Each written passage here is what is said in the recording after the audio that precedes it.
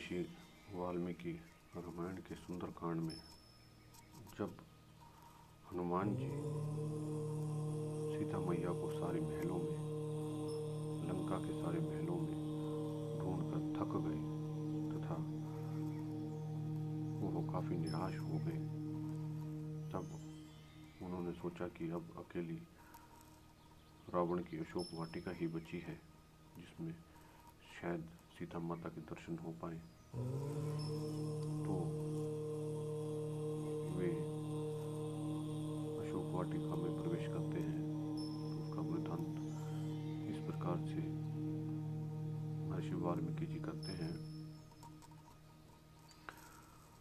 संपूर्ण दिशाओं में दौड़ते और वृक्ष समूहों में घूमते हुए कपिवर हनुमान जी को देख समस्त प्राणी एवं राक्षस ऐसा मानने लगे कि साक्षात ऋतुराज बसंत ही यहाँ वानर के वेश में विचर रहा है। वृक्षेभ्य पतिते पुष्पेरो किरणा पृथ गविधे रराज वसुधा तन ब्रह्मदेव विभूषिता। वृक्षों से झड़कर गिरे हुए भांति भांति के पुष्पों से आच्छादित हुई वहां की भूमि फूलों के श्रृंगार से विभूषित हुई युवती स्त्री के समान शोभा पाने लगी। उस समय उन वेगशाली वानरवीर के द्वारा वेगपूर्ण बारंबार हिलाए हुए वृक्ष विचित्र पुष्पों की ओर वर्षा कर रहे थे। इस प्रकार डालियों के पत्ते झड़ जाने तथा फल फूल और पल्लवों के टूटकर बिखर जाने से नंग धड़ंग दिखाई देने वाले ये वृक्ष उन हारे हुए जुआरियों के समान जान पड़ते थे जिन्होंने अपने गहने और कपड़े भी दांव पर रख दिए हों। वेगशाली हनुमान जी के हिलाए हुए वे फलशाली श्रेष्ठ वृक्ष तुरंत ही अपने अपने फूल और पत्तों का परित्याग कर देते थे। पवन पुत्र हनुमान द्वारा कंपित किए गए वे वृक्ष फल फूल आदि न होने से केवल डालियों के आश्रय बने हुए थे।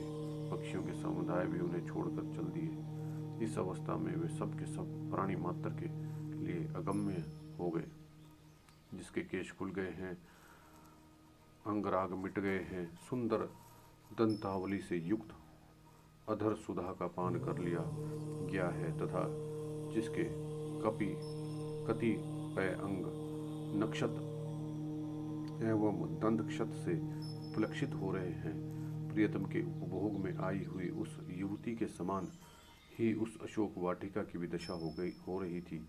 हनुमान जी के हाथ पैर और पूंछ से रौंदी जा चुकी थी और अच्छे अच्छे वृक्ष टूटकर गिर गए, इसलिए वह शरीरहीन हो गई। जैसे वायु वर्षा ऋतु में वेग के मेघ समूहों को छिन्न भिन्न कर देती है, उसी प्रकार कपिवर हनुमान ने वहाँ फैली हुई विशाल लता बलरियों के वितान वेगपूर्वक तोड़ डाले। वहाँ विचरते हुए वानरवीर ने पृथक पृथक ऐसी मनोरम भूमि का दर्शन किया जिसमें मणि चांदी और सोने जड़ गए थे।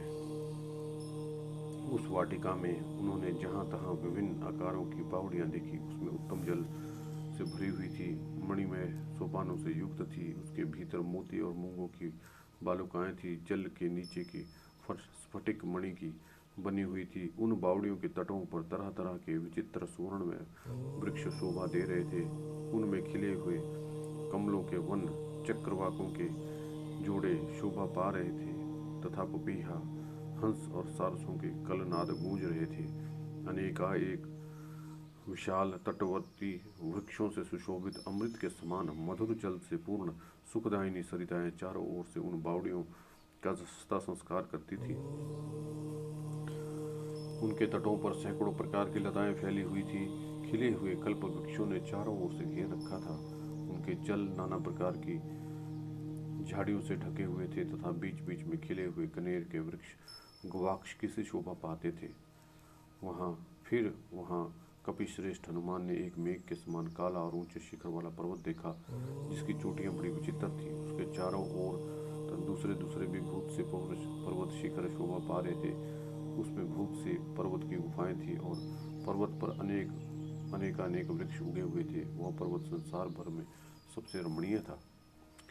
कपिवर हनुमान ने उस पर्वत से गिरी हुई एक नदी देखी जो प्रेतम के अंग से उछलकर गिरी हुई प्रतिमा के समान जान पड़ती थी, जिनकी डालियां नीचे झुककर पानी से लग गई थी। ऐसे तटवर्ती वृक्षों से उस नदी की वैसी ही शोभा हो रही थी मानो प्रीतम से रूठकर अन्यत्र जाती हुई युवती को उसकी प्यारी सखियों ने उसे आगे बढ़ने से रोक रही हो।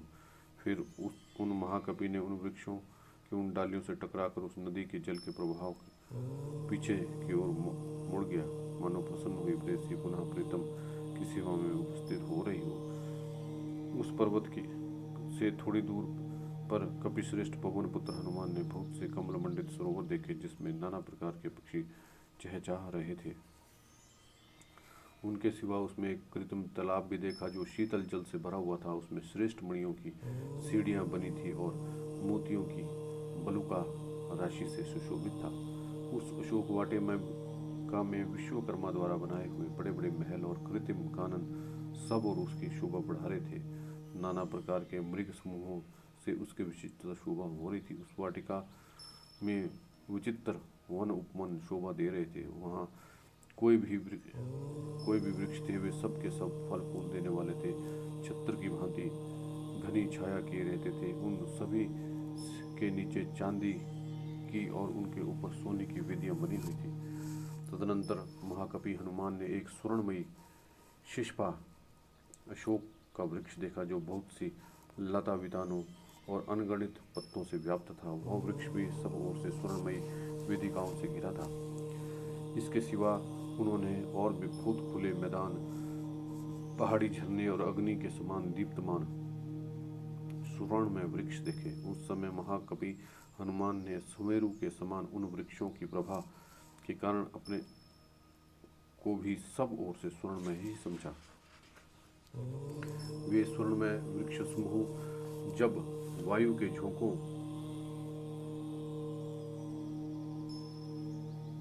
झोंके खाकर हिलने लगते तब उनसे सैकड़ों घुंघरूओं की बजने की मधुर ध्वनि होती थी। वह सब देखकर हनुमान जी को बड़ा विस्मय हुआ। उन वृक्षों की डालियों में सुंदर फूल खिले थे और नए नए अंकुर और पल्लव निकले हुए थे। वे बड़े ही सुंदर दिखाई देते थे। महान वेगशाली हनुमान जी पत्तों से हरी भरी उस शिष्पा पर यह सोचकर चढ़ गए कि मैं यहीं से श्री रामचंद्र जी के दर्शन के लिए उत्सुक हुई उन विदेही नंदनी सीता को देखूंगा जो दुख से आतुर हो इच्छा अनुसार इधर उधर आती जाती होंगी। दुरात्मा रावण की यह अशोक वाटिका बड़ी ही रमणीय है। चंपा, चंदन, मौलश्री के वृक्ष इसकी शोभा बढ़ा रहे हैं। इधर यह पक्षियों से सेवित कमल मंडित सरोवर भी बड़ा सुंदर है। रानी जानकी इसके तट पर निश्चय ही आती होंगी। रघुनाथ जी की प्रियतमा राजरानी रामा, सती साध्वी जानकी वन में घूमने फिरने में बहुत ही कुशल है। वे अवश्य इधर आएंगी, अथवा इस वन की विशेषताओं के ज्ञान में निपुण मृग शावक नयनी सीता आज यहाँ इस तालाब के तटवर्ती वन में अवश्य पधारेंगी, क्योंकि वे श्री राम जी के वियोग में चिंता से अत्यंत दुर्लभ हो गई होगी और इस सुंदर स्थान में आने से उनकी चिंता कुछ कम हो सकेगी। सुंदर नेत्र वाली देवी सीता भगवान श्री राम के विरह शोक से बहुत ही संतप्त होंगी। वनवास में उनका सदा ही प्रेम रहा है, अतः वे वन में विचरती हुई इधर अवश्य आएंगी। श्री राम की प्यारी पत्नी सती साध्वी जनक नंदिनी सीता पहले निश्चय ही वनवासी जंतुओं से सदा प्रेम करती रही होंगी, इसलिए उनके लिए वन में भ्रमण करना स्वाभाविक है, अतः यहाँ उनका दर्शन की संभावना है ही। यह प्रातःकाल की संध्या का समय है। इसमें मन लगाने वाली और सदा 16 वर्ष की सी अवस्था में रहने वाली अक्षय यौवन जनक कुमारी सुंदरी सीता संध्याकालिक उपासना के लिए इस पुण्य सलीला नदी के तट पर अवश्य पधारेंगी। जो राजाधिराज श्री रामचंद्र जी की समादरणीय पत्नी है, उन शुभ लक्षणा सीता के लिए यह सुंदर अशोक वाटिका भी सब प्रकार से अनुकूल ही है। यदि चंद्रमुखी सीता देवी जीवित हैं तो इस शीतल जल वाली सरिता के तट पर अवश्य पदार्पण करेगी। ऐसा सोचते हुए महात्मा हनुमान जी नरेंद्र पत्नी सीता के शुभागमन की प्रतीक्षा में तत्पर हो सुंदर फूलों से सुशोभित और घने पत्ते वाले उस अशोक वृक्ष पर छिपे रहे। उस संपूर्ण वन पर दृष्टिपात करते रहे। उस अशोक वृक्ष पर बैठे बैठे हनुमान जी संपूर्ण वन को देखते और सीता को ढूंढते हुए वहां की सारी भूमि पर दृष्टिपात करने लगे। वह भूमि कल्प वृक्ष की लताओं और वृक्षों से सुशोभित थी, दिव्य गंध और दिव्य रस से परिपूर्ण थी और सब ओर से सजाई गई थी। मृगों और पक्षियों से व्याप्त होकर वह भूमि नंदन वन के समान शोभा पा रही थी। अटालिकाओं और राजभवनों से युक्त थी और कोकिल समूह की काकली से कोलाहलपूर्ण जान पड़ती थी। स्वर्ण में उत्पल और कमलों से भरी हुई बावड़ियां उसकी शोभा बढ़ा रही थी। बहुत से आसन और कालीन वहां बिछे हुए थे। अनेकानेक भूमि ग्रह वहां शोभा पा रहे थे। सभी ऋतुओं में फूल देने वाले और फलों से भरे हुए रमणीय वृक्ष उस भूमि को विभूषित कर रहे थे। खिले हुए अशोकों की शोभा से सूर्योदय काल की छटा सी छिटक रही थी। पवन कुमार हनुमान ने उस अशोक वृक्ष पर बैठे बैठे उस दमकती हुई सी वाटिका को देखा। वहां पक्षी और वाटिका को बारंबार पत्रों और शाखाओं से हीन कर रहे थे। वृक्षों से झड़ते हुए सैकड़ों विचित्र पुष्प गुच्छों से नीचे से ऊपर तक मानो फूल से बने हुए शोक नाशक अशोकों से फूलों से भारी भार से झुककर पृथ्वी का स्पर्श करते हुए खिले हुए कनेरों से तथा सुंदर फूल वाले पलाशों से उपलक्षित वह भूभाग उनकी प्रभा से के कारण सब ओर से उद्दीप्त सा हो रहा था। श्वेत कमल या नाग केसर, चितवन, चंपा, बहुवार आदि बहुत से सुंदर पुष्प वाले वृक्ष जिनकी जड़ें बहुत मोटी थी वहां शोभा पा रहे थे। वहां सहस्त्र अशोक के वृक्ष थे जिनमें से कुछ तो स्वर्ण के समान कांतिमान थे और कुछ आग की ज्वाला के समान प्रकाशित हो रहे थे और कोई कोई काले काजल की सी कांति वाले थे। वह अशोक वन देवोद्यान नंदन के समान आनंददायी, कुबेर के चैत्र रथ वन के समान विचित्र तथा दोनों ओर से बढ़कर अचिंत्य दिव्य एवं रमणीय शोभा से संपन्न था। वह पुष्प रूपी नक्षत्रों से युक्त दूसरे आकाश से के समान सुशोभित होता था और पुष्य में सैकड़ों रत्नों से विचित्र शोभा पाने वाले पांचवें समुद्र के समान जान पड़ता था।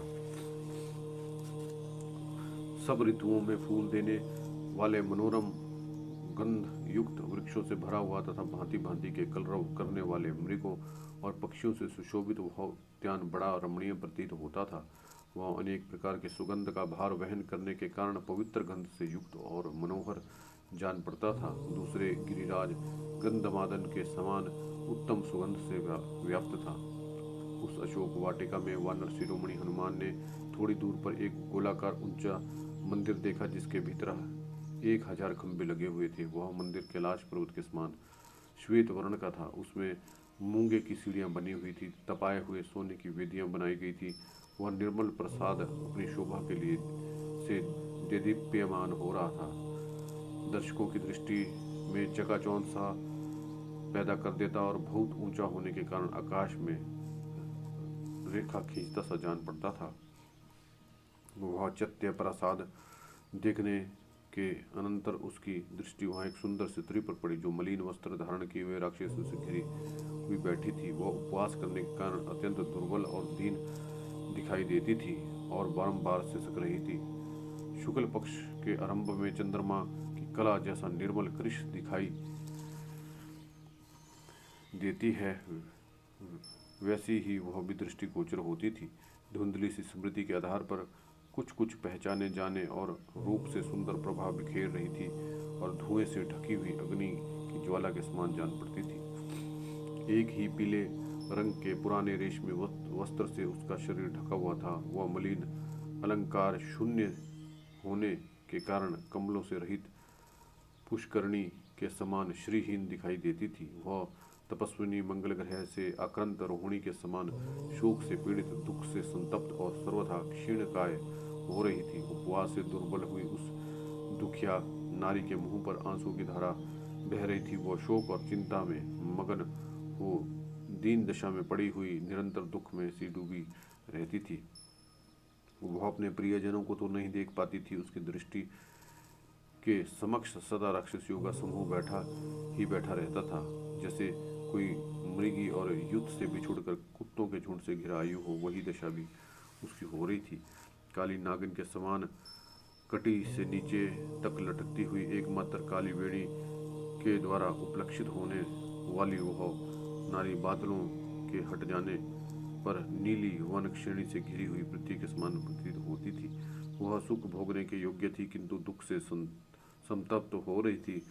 इससे पहले उसके संकटों का कोई अनुभव नहीं था।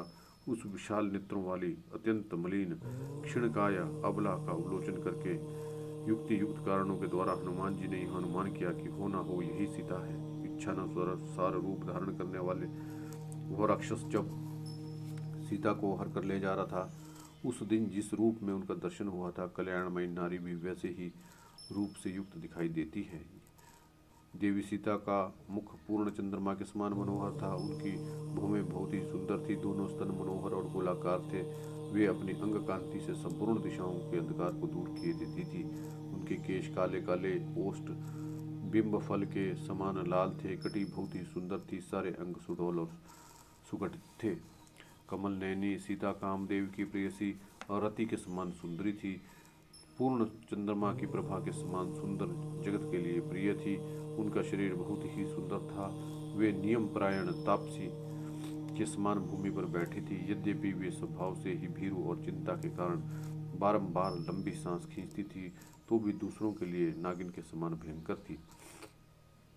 वे विस्तृत महान शोक जाल से आच्छादित होने के कारण विशेष शोभा नहीं पा रही थी। धुएं के समूह से मिली हुई अग्नि शिखा के समान दिखाई देती थी। वे संदिग्ध अर्थ वाली स्मृति, भूतल पर गिरी हुई रिद्धि, टूटी हुई श्रद्धा, भगन हुई आशा, विघ्न युक्त सिद्धि, कुलसित बुद्धि और मिथ्या कलंक से भ्रष्ट हुई कीर्ति के समान जान पड़ती थी। श्री रामचंद्र जी की सेवा में रुकावट पड़ जाने से उनके मन में बड़ी व्यथा हो रही थी। राक्षसों से पीड़ित हुई मृग शावक नैनी अबला सीता असहाय की भांति इधर उधर देख रही थी। उनका मुख प्रसन्न नहीं था। उस पर आंसुओं की धारा बह रही थी। नेत्रों की पलकें काली एवं टेढ़ी दिखाई देती थी। वे बारंबार लंबी सांस खींचती थी। उनके शरीर पर मैल जम गई थी। वे दीनता की मूर्ति बनी बैठी थी तथा श्रृंगार और भूषण धारण करने के योग्य होने पर भी अलंकार शून्य थी। अतः काले बादलों से ढकी हुई चंद्रमा की प्रभा के समान जान पड़ती थी। अभ्यास न करने से शिथिल हुई विद्या के समान क्षीण हुई सीता को देखकर हनुमान जी की बुद्धि संदेह में पड़ गई। अलंकार, स्नान, अनुलेपन आदि अंग संस्कार से रहित हुई सीता व्याकरण जनित संस्कार से शून्य होने के कारण अथरांतर को प्राप्त हुई वाणी के समान पहचानी नहीं जा रही थी। हनुमान जी ने बड़े कष्ट से उन्हें पहचाना। उन विशाल लोचना सती साध्वी राजकुमारी को देखकर उन्होंने कारणों द्वारा उपदन करते हुए मन को निश्चय किया कि यही सीता है।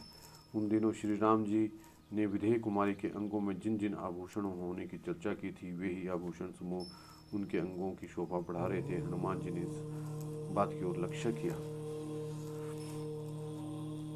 सुंदर बने हुए कुंडल, कुत्ते के दांतों की सी आकृति वाले त्रिकर्ण नामधारी कर्ण फूल कानों में सुंदर ढंग से सुप्रतिष्ठित एवं सुशोभित थे। हाथों में कंगन आदि आभूषण थे, जिनमें मणि और मूंग जड़े हुए थे। यद्यपि बहुत दिनों से पहने होने के कारण वे कुछ काले पड़ गए थे, तथापि उनके आकार प्रकार वैसे ही थे। श्री रामचंद्र जी ने जिनकी चर्चा की थी, वे समझ में ये ही आभूषण थे। सीता जी ने जो आभूषण वहां गिरा दिए थे, उनको मैं इन अंगों में नहीं देख रहा हूँ।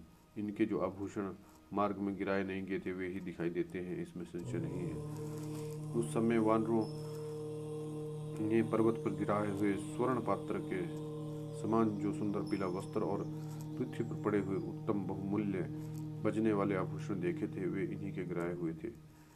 यह वस्त्र बहुत दिनों से पहने जाने के कारण यद्यपि बहुत पुराना हो गया था, तथापि इनका रंग पीला रंग अभी उतरा नहीं था। यह भी वैसा ही कांतिमान है जैसा दूसरा वस्त्र है। ये स्वर्ण के समान गौर अंग वाली श्री रामचंद्र जी की प्यारी महारानी है, जो अदृश्य हो जाने पर भी उनके मन से विलग नहीं हुई है।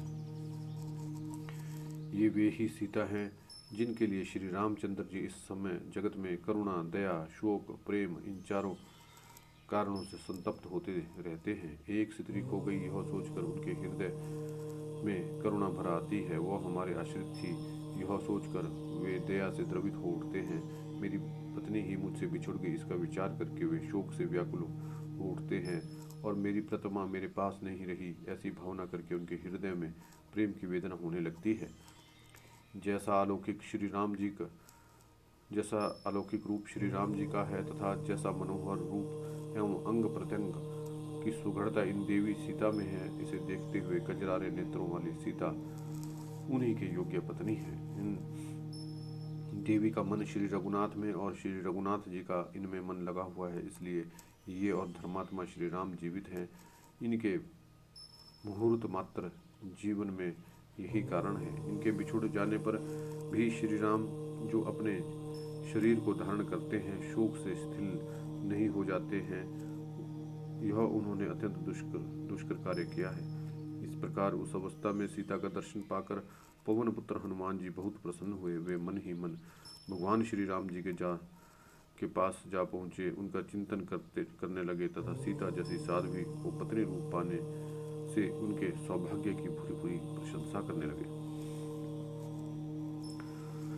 परम प्रशंसनीय सीता का गुणाभिराम श्री राम की प्रशंसा करके वानर श्रेष्ठ हनुमान जी फिर विचारने लगे। लगभग 2 घड़ी तक कुछ सोच विचार करने पर उनके नेत्रों में आंसू भर आए और वे तेजस्वी हनुमान सीता के विषय में इस प्रकार विलाप करने लगे। अहो, जिन्होंने गुरु की शिक्षा पाई है, उन लक्ष्मण के बड़े भाई श्री राम की प्रीतमा पत्नी सीता भी यदि इस प्रकार दुख से आहूत हो रही है, तो यह कहना पड़ता है कि काल का उल्लंघन करना सभी के लिए अत्यंत कठिन है।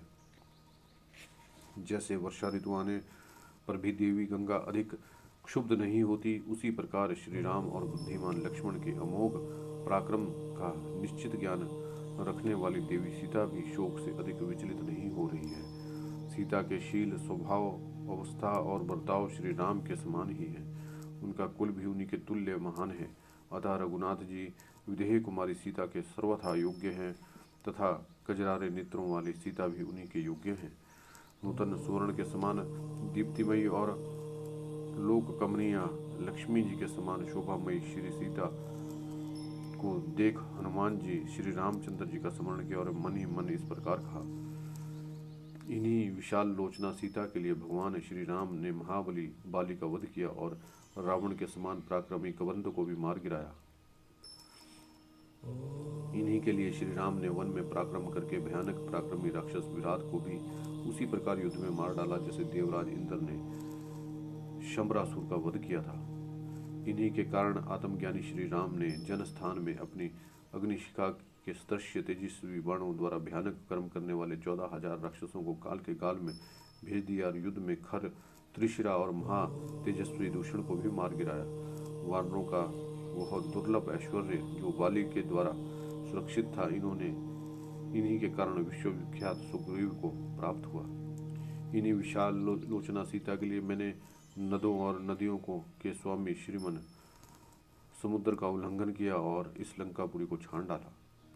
इन्हीं के लिए तो भगवान श्री राम समुद्र पर्यंत पृथ्वी और सारे संसार को भी उलट देते तो भी वह मेरे विचार से उचित ही होता। एक ओर तीनों लोगों का राज्य और दूसरी ओर जनक कुमारी सीता को रख कर तुलना की जाए तो त्रिलोकी का सारा राज्य सीता की एक कला के बराबर भी नहीं हो सकता है। वे धर्मशील मिथिला निरेश महात्मा राज जनक की पुत्री सीता पतिव्रत धर्म में बहुत ही दृढ़ है।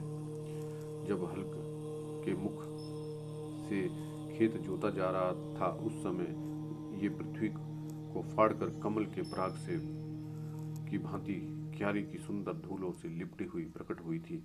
जो परम पराक्रमी, श्रेष्ठ शील स्वभाव वाले और युद्ध से कभी पीछे न हटने वाले थे, उन्हीं महाराज दशरथ की ये यशस्विनी ज्येष्ठ पुत्र वधू है। धर्मज्ञ, कृतज्ञ एवं आत्मज्ञानी भगवान श्री राम की ये प्यारी पत्नी सीता इस समय राक्षसियों के वश में पड़ गई है। ये केवल पति प्रेम के कारण सारे भोगों को लात मारकर विपत्तियों का कुछ भी विचार न करके श्री रघुनाथ जी के साथ निर्जल वन में चली आई थी। यहाँ आकर फल मूलों से संतुष्ट रहती हुई पति देव की सेवा में लगी रही और वन में भी उसी प्रकार परम प्रसन्न रहती थी जैसे राजमहलों में रहा करती थी। वे ही ये स्वर्ण के समान सुंदर अंग वाली और सदा मुस्कुराकर बात करने वाली सुंदरी सीता, जो अनर्थ भोगने के योग्य नहीं थी, इस यातनाओं को सहन करती हैं। यद्यपि रावण ने इन्हें बहुत कष्ट दी हैं, तो भी ये अपने शील, सदाचार और सतीत्व से संपन्न है। अतएव जैसे प्यासा मनुष्य पूछने पर जाना जाता है, उसी प्रकार श्री रघुनाथ जी इन्हें देखना चाहते हैं। जैसे राज्य से भ्रष्ट हुआ राजा पुनः पृथ्वी का राज्य पाकर बहुत प्रसन्न होता है, उसी प्रकार उनकी पुनः प्राप्ति होने से श्री रघुनाथ जी को निश्चय ही बहुत प्रसन्नता होती है। ये अपने बंधुजनों से बिछुड़कर विषय भोगों को तिलांजलि दे केवल भगवान श्री रामचंद्र जी के समागम की आशा से अपना शरीर धारण किए हुए हैं। ये ना तो राक्षसियों की ओर देखती हैं, ना इन फल फूल वाले वृक्षों पर ही दृष्टिपात डालती हैं। सर्वथा एकाग्रचित हो मन की आंखों से केवल श्री राम का ही दर्शन करती हैं, इसमें संदेह नहीं है। निश्चय ही पति नारी के लिए आभूषणों की अपेक्षा भी अधिक शोभा का हेतु है। ये सीता उन्हीं पतिदेव से बिछुड़ गई हैं, इसलिए शोभा के योग्य होने पर भी ये शोभा नहीं पा रही हैं। भगवान श्री राम इनसे बिछुड़ जाने पर भी जो अपने शरीर को धारण कर रहे हैं, दुख से अत्यंत शिथिल नहीं हो रहे हैं, यह उनका अत्यंत दुष्कर कर्म है। काले केश और कमल जैसे नेत्रों वाली ये सीता वास्तव में सुख भोगने के योग्य हैं। इन्हें दुखी जानकर मेरा मन भी व्यथित हो उठा है। अहो, पृथ्वी के समान क्षमाशील और प्रफुल्ल कमल के समान नेत्रों वाली और श्री राम और लक्ष्मण ने जिनका सदा रक्षा की है, वे ही सीता आज इस वृक्ष के नीचे बैठी हैं और ये विकराल नेत्रों वाली राक्षसियां इनकी रखवाली करती हैं। हिम की मारी हुई कमलिनी के समान इनकी शोभा नष्ट हो गई है। दुख पर दुख उठाने के कारण अत्यंत पीड़ित हो रही है और अपने सहचर से बिछड़ी हुई चकवी के समान पति वियोग का कष्ट सहन करती हुई ये जनक किशोरी सीता बड़ी दयनीय दशा को पहुंच गई है। फूलों के भार से इनकी डालियों के अग्रभाग झुक गए हैं।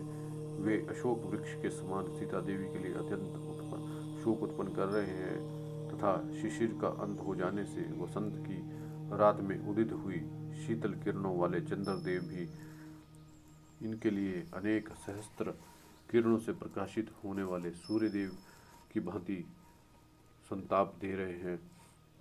इस प्रकार विचार करते हुए बलवान वानर श्रेष्ठ वेगशाली हनुमान जी यह निश्चय करके कि यही सीता है, उस वृक्ष पर बैठे रहे।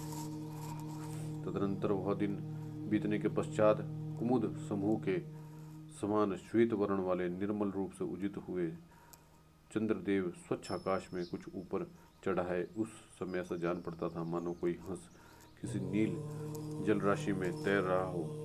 निर्मल कांति वाले चंद्रमा अपनी प्रभा से सीता जी के दर्शन आदि में पवन कुमार हनुमान जी की सहायता सी करते हुए अपने शीतल किरणों के द्वारा उनकी सेवा करने लगे। उस समय उन्होंने पूर्ण चंद्रमा के समान मनोहर मुख वाली सीता को देखा, जो जल में अधिक बोझ के कारण दबी हुई नौका की भांति शोक से भारी भार से मानो झुक गई थी। वायुपुत्र हनुमान ने जब विधेय कुमारी सीता को देखने के लिए अपनी दृष्टि दौड़ाई, तब उन्हें उसके पास बैठी हुई भयानक दृष्टि वाली बहुत सी राक्षसियां दिखाई दी।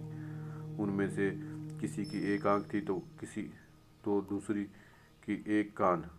किसी के कान इतने बड़े थे कि वह उन्हें चादर की भांति ओढ़े हुए थी और किसी के कान ही नहीं थे और किसी के कान ऐसे दिखाई देते थे मानो खूंटे गड़े हुए हों। किसी की सांस लेने वाली नाक उसके मस्तक पर थी। जय श्री राम।